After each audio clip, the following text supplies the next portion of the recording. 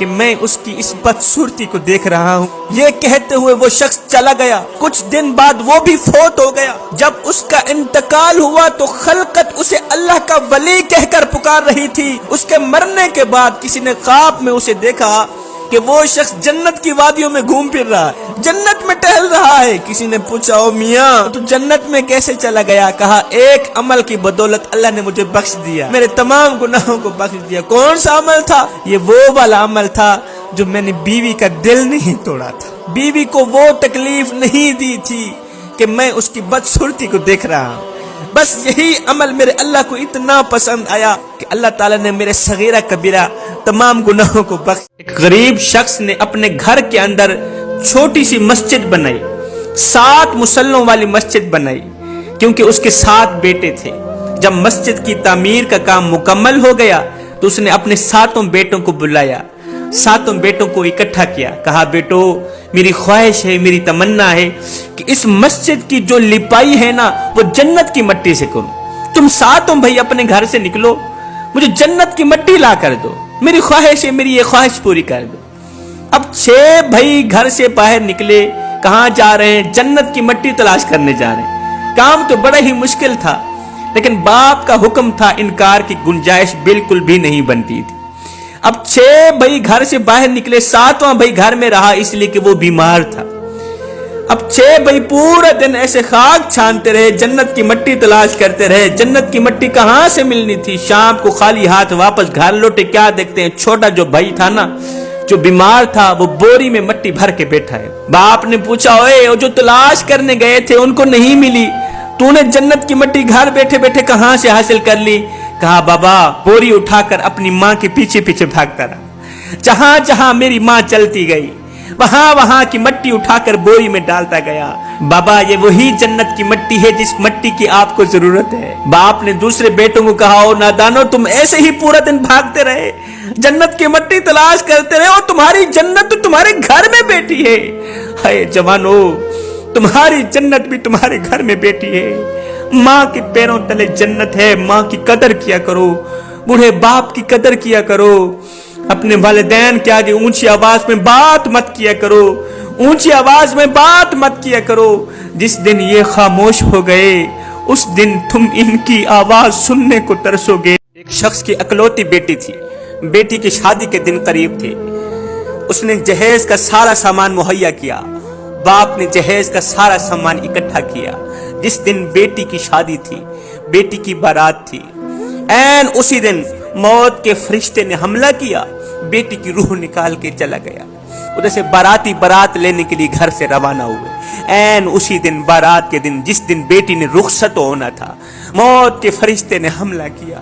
اس نے نہ دیکھا یہ خوشیوں سے بھرا گھر ہے، اس نے ایک پل میں خوشیوں کو اجاڑ کے رکھ دیا۔ موت نے ایک پل میں خوشیوں کو غمگینگیوں میں بدل کے رکھ دیا، نہ رحم کیا۔ دور سے آنے والی بارات کو کسی نے کہا، تمہاری شادی بربادی میں بدل گئی، اب وہ تمہارے لیے دلہن نہیں رہی، گھر میں لاش پڑی، گھر میں میت پڑی۔ مبارکباد دینے کے لیے جو آئے تھے وہ فاتحہ پڑھ کے جانے لگے، جنازہ پڑھ کے جانے لگے، روتے ہوئے۔ باپ کی اچانک نظر جب مری ہوئی بیٹی کے جہیز پر گئی نا، تو اس نے ایک چیز کی کمی محسوس کی، تو روتے ہوئے باپ نے دکھ بھرے انداز میں 2 لفظ کہے، 2 جملے کہے، جسے سننے کے بعد کلیجہ پھٹنے کو آ جاتا ہے۔ روتے ہوئے باپ نے کہا، نہ آیا یاد اے آرام اس نامرادی میں، کفن دینا تم ہی بھولے تھے ہم سامان شادی میں، ہم نے سب کچھ تو خرید لیا تھا، ہم نے سب کچھ جہیز کے لیے لے لیا تھا، لیکن بیٹی کے لیے کفن نہیں لیا۔ ایک عالم دین سے پوچھا گیا، آپ نے کبھی اللہ کے ولی کی زیارت کی ہے؟ نے کہا، لو جی، میں تو ابھی تھوڑی دیر پہلے اللہ کی ولی کی زیارت کر کے آیا ہوں۔ کہا، وہ کیسے؟ کہا، میں کہیں گیا ہوا تھا سفر پہ، ٹرین اسٹیشن پہ جب میں نے سامان اتارا، سامان اتارنے کے لیے مجھے ایک مزدور کی ضرورت پڑی، سارے مزدور دوڑ کر آ گئے، میں نے دیکھا ایک مزدور تھا، وہ مصلی پہ کھڑا ہو کے نماز میں مشغول ہے، وہ نماز میں مشغول ہے۔ میں نے کہا، نہیں، میں نے کام اسی سے کروانا ہے، میں نے کام اسی مزدور سے کروانا ہے جو نماز میں مشغول ہے۔ نماز سے فارغ ہونے کے بعد میں نے کہا، او بھائی، تجھے پتہ بھی ہے ٹرین کی آمد کا وقت ہے، تجھے مزدوری ملنے والی، تجھے پتہ بھی ہے اس کے باوجود بھی تو نماز میں مشغول ہو گیا ہے۔ اس نے کہا جو میرے حصے کا رزق ہے میرا مالک مجھ تک ضرور پہنچائے گا اور ہر حال میں پہنچائے گا۔ اس نمازی مزدور نے کہا بھائی جس رازق نے آپ کو میرے لیے انتظار میں رکھا، جس رازق نے آپ کو میرے لیے روکے رکھا کہ تو نے صرف اسی سے مزدوری کرانی ہے، تو نے صرف اسی کو پیسے دینے ہیں، بھائی اس مالک کو سجدہ نہ کرتے ہوئے مجھے شرم آتی ہے۔ کیا مجھے جچتا ہے کہ اتنے پیار کرنے والے، میری اتنی دیکھ بھال کرنے والے رب کو سجدہ کرنے میں دیر کروں، یہ مجھے نہیں جچتا۔ ایک روتی ہوئی خاتون مولوی صاحب کے پاس آئی، کہا مولوی صاحب امیری کا جنازہ نکل گیا ہے، غربت عروج پر آ گئی، میرے بچے ہیں، جب ان کو کھانے کو کچھ نہیں ملتا تو رات کو سوتے وقت وہ بہت زیادہ روتے ہیں، مولوی صاحب کوئی ایسا تعویذ لکھ کر دو کہ میرے بچے رات کو بھوک سے رویا نہ کر۔ جیسے ہی مولوی صاحب نے تعویذ لکھا اسی دن سے ان کے حالات بدلنے لگے، اسی دن سے ترقی ہونے لگی، دن بدن ترقی میں جاتا رہا، اتنی ترقی ہوئی ایک دن یہ لوگ امیر بن گئے، اللہ تعالیٰ نے رزق سے نوازا، پیسے سے نوازا، دولت سے نوازا۔ ایک دن یہ خاتون اپنے محل کے اندر بیٹھی ہوئی ہے، اچانک اس کی نظر اس صندوق پر پڑی جہاں اس نے مولوی صاحب کا وہ والا تعویذ سنبھال کے رکھا ہوا تھا۔ اس نے سوچا کیوں نہیں تعویذ اٹھا کے دیکھوں تو صحیح کہ آخر مولوی صاحب نے کیا لکھا تھا کہ ہم نے اتنی جلدی ترقی کر لی۔ اس خاتون نے تعویذ اٹھایا، کھولا، دیکھا، اس کاغذ کے اوپر یہ ایک جملہ لکھا ہوا تھا کہ جب پیسوں کی ریل پیل ہو جائے تو یہ پیسہ تجوری میں چھپانے کے بجائے ایسے گھر میں دے دینا جہاں رات کو بھوک کی وجہ سے بچوں کے رونے کی آواز آتی۔ خوبصورت عورت تھی، اللہ نے بڑے ہی حسن سے نواز رکھا تھا، بڑی ہی حسین و جمیل حسن کی ملکہ شہزادی۔ جب وہ مری تو اس کی خوبصورتی بدصورتی میں تبدیل ہو گئی، جب اس کے جسم سے روح نکلی نا تو لوگوں نے دیکھا اس کی خوبصورتی بدصورتی میں تبدیل ہو گئی۔ دیگر عورتوں نے دیکھا، کہا یہ تو نمازیہ عورت تھی، نمازیں پڑھا کرتی تھی، قرآن پڑھا کرتی تھی، تہجد گزار عورت تھی، اس کی خوبصورت شکل کو کیا ہو گیا ہے؟ یہ تو وقت تھا، اس کی پیشانی سے، اس کے چہرے سے نور چمکتا، اس کے چہرے کو کیا ہو گیا ہے؟ اس کا خوبصورت چہرہ بدصورتی میں تبدیل کیوں ہو گیا؟ خیر اس کو غسل دیا گیا، کفن دیا گیا، جنازہ پڑھایا گیا۔ تدفین کے بعد کافی عرصہ بعد کسی خاتون نے اسے خواب میں دیکھا کہ وہ قبر میں چیخو پکار کر رہی، رو رہی ہے، تڑپ رہی ہے، چیخ رہی ہے، کہتی ہے مجھے بچاؤ، مجھے بچاؤ، مجھے بچاؤ۔ اس نے پوچھا تو نماز بھی پڑھتی تھی، قرآن بھی پڑھتی تھی، تہجد گزار تھی، اچھی عورت تھی، مومنہ عورت تھی، تجھے کیا ہو گیا ہے؟ اللہ تعالیٰ نے کس گناہ کی وجہ سے تجھے اتنا بڑا عذاب دے رکھا ہے کہ قبر سے تیری چیخیں نکل رہی ہیں؟ تو اس عورت نے کہا کہ میں سب کچھ کرتی تھی، میں قرآن بھی پڑھتی تھی، میں نماز بھی پڑھتی تھی، میں تہجد بھی پڑھتی تھی، لیکن میں پردہ نہیں کرتی تھی، میں بن سنور کے باہر نکلتی تھی، میک اپ کر کے خوبصورت سا چہرہ بنا کے گلی سے باہر نکلا کرتی تھی، اس سوچ کی بنیاد پر کہ لوگ مجھے دیکھیں، جو ایک بار دیکھے بار بار دیکھنے کی خواہش پیدا ہو، بس اس سوچ کی بنیاد پر میں گھر سے باہر نکلتی۔ میرا جو حسن تھا وہ میرے شوہر کے لیے نہیں تھا، یہ میری ایک سوچ تھی، میرا جو حسن تھا وہ باہر والوں کے لیے، نامحرم لوگوں کے لیے تھا۔ میں نماز پڑھتی تھی، نماز میرے منہ پہ ماری گئی، میں قرآن پڑھتی تھی، میرے منہ پہ مارا گیا۔ اللہ تعالیٰ نے ایک سانپ کی ڈیوٹی لگا دی ہے، وہ سانپ روزانہ آ کے کبھی میرے گالوں پہ ڈنگ مارتا ہے، کبھی میری پیشانی پہ ڈنگ مارتا ہے، کبھی میرے ہونٹوں پہ ڈنگ مارتا ہے۔ وہ نشیلی آنکھیں جس پہ میں بار بار اتراتی تھی، وہ خوبصورت چہرہ جس میں بار بار اتراتی تھی کہ میرا چہرہ کتنا خوبصورت ہے، کتنا حسین و جمیل ہے، اس چہرے کو سانپ ڈس رہا ہے، جو ایک پر ڈستا ہے میں 70 گز اور زمین کے اندر دھنس جاتی ہوں، میرے لیے یہی عذاب ہی کافی۔ ایک نوجوان تھا، وہ عورتوں کی صحبت میں زیادہ دیر تک بیٹھا کرتا تھا اور بیٹھنے کا شوق رکھتا تھا، عادی بن گیا تھا۔ وہ نوجوان نمازی بھی تھا، قرآن بھی پڑھتا تھا، اللہ بھی کرتا تھا، تہجد گزار نوجوان تھا۔ ایک دن اس کے باپ نے کہا بیٹے عورتوں کی صحبت میں نہ بیٹھا کر، درمیان میں شیطان بیٹھا ہوتا ہے، وہ دونوں کو ورغلاتا ہے، دونوں کو ورغلاتے ایک دن گناہ کرنے پہ آمادہ کر ہی دیتا ہے، کیونکہ شیطان انسان کا کھلا دشمن۔ عورتوں کی صحبت میں بیٹھنے کی عادت ٹھیک نہیں ہے، یہ تجھے دنیا و آخرت میں تباہ و برباد کر دے گا۔ اس نے کہا نہیں بابا، میرا دماغ الحمدللہ پاک و صاف، میرا ذہن پاک و صاف ہے، میرا دل پاک ہے، میں پاکیزہ ہوں، نمازی ہوں، پرہیزگار ہوں، تہجد گزار ہوں، عورت کی صحبت میرا کچھ نہیں بگاڑتی۔ اب باپ نے اسے پریکٹیکل طور پہ سمجھانا چاہا۔ باپ نے کہا بیٹے جاؤ بازار سے 2 کلو صاف ستھرے سیب لے کے آؤ۔ نوجوان بیٹا گیا بازار میں، 2 کلو صاف اور ستھرے سیب لے کے آیا۔ باپ نے کہا اب جاؤ 1 کلو گندے گلے سڑے سیب لے کے آؤ۔ باپ کے حکم کو سر آنکھوں پہ رکھتے ہوئے دوسری بار بازار میں گیا، 1 کلو گندے گلے سڑے سیب لے کے آ گئے۔ اب باپ نے کیا کیا اسی کے سامنے اسے سمجھانے کے لیے کہا بیٹا ٹوکری لے کے آؤ۔ ٹوکری لے کے آ گیا، 2 کلو صاف ستھرے سیب ٹوکری میں ڈال دیے، 1 کلو گندے گلے سڑے سیب ٹوکری میں ڈال دیے، کہا ایک سائڈ پہ رکھ دو، صبح اٹھ کے میں آپ کو یہ دکھا کے کچھ سمجھاؤں گا، اس سے سبق حاصل کرنا۔ اب نوجوان نے صبح ہونے کا انتظار کیا۔ صبح کا جیسے ہی سورج چمکا، نوجوان نے کہا بابا ٹوکری لے کے آؤں، کہا لے۔ جب ٹوکری لے کے آیا، ٹوکری کھولی، باپ نے بیٹے کو دکھایا کہ وہ جو گلے سڑے کلو سیب تھے نا، گلے سڑے سیب تھے نا، انہوں نے 2 کلو صاف ستھرے سیبوں کا بھی بیڑا غرق کر رکھا تھا۔ وہ جو گلے سڑے 1 کلو سیب تھے، انہوں نے صاف ستھرے سیبوں کو بھی خراب کر رکھا تھا۔ یہ دکھاتے ہوئے فرمایا بیٹے تو کتنا بھی نمازی کیوں نہ بن جائے، تو جتنا بھی پرہیزگار کیوں نہ بن جائے، تو جتنا بھی تہجد گزار کیوں نہ بن جائے، ایک دن آئے گا عورت کی صحبت تجھے تباہ و برباد کر دے گی۔